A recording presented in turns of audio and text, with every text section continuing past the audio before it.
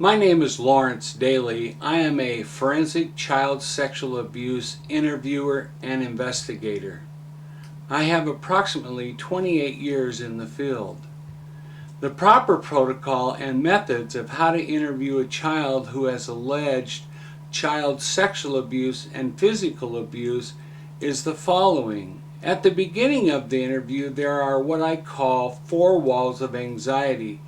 The first anxiety is when the interviewer and the child meet. The second anxiety is when the subject of the alleged abuse is brought up. The third is when the forensic interviewer has to bring up the part about body parts. This is when a child may regress, so the interviewer must take steps to make it easier for the child to disclose. And the last anxiety is when the forensic interviewer has to confront the child with inconsistencies or lies that may have occurred during the interview. The forensic child sexual abuse interviewer and investigator must consider the 4 walls of anxiety prior to conducting the interview.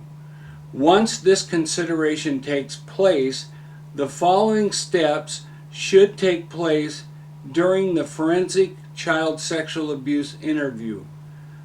Introduction. The child should be introduced to the forensic interviewer. Rapport. A rapport must be established between the child and the forensic interviewer. Competency questions. The child should be asked questions that determine if the child is competent to answer the questions that are put forth to him or her.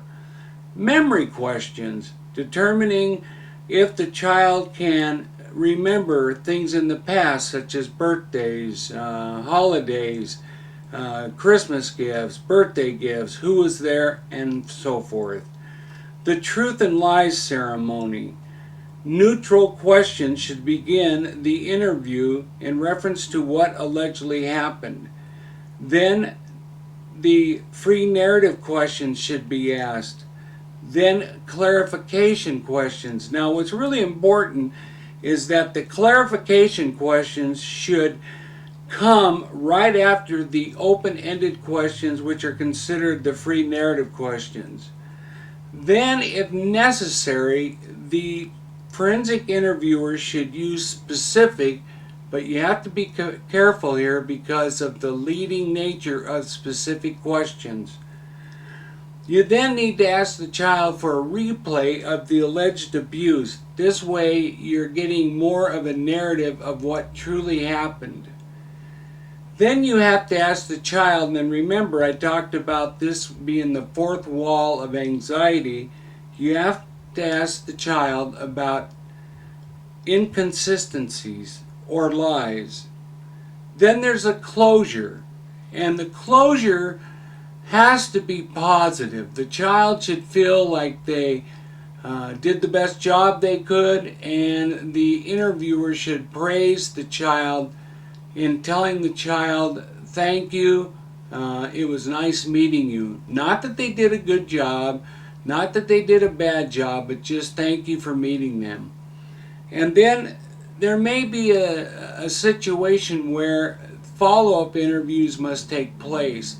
The follow-up interviews should be considered by the forensic interviewer if the child did not respond to specific integral questions that would be deemed necessary for the elements of a crime.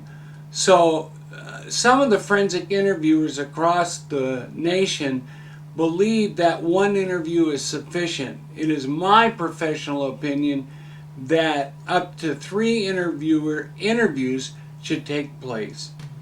Thank you, and you can reach me at 253-852-6702 for further information about how to conduct a child sexual abuse interview.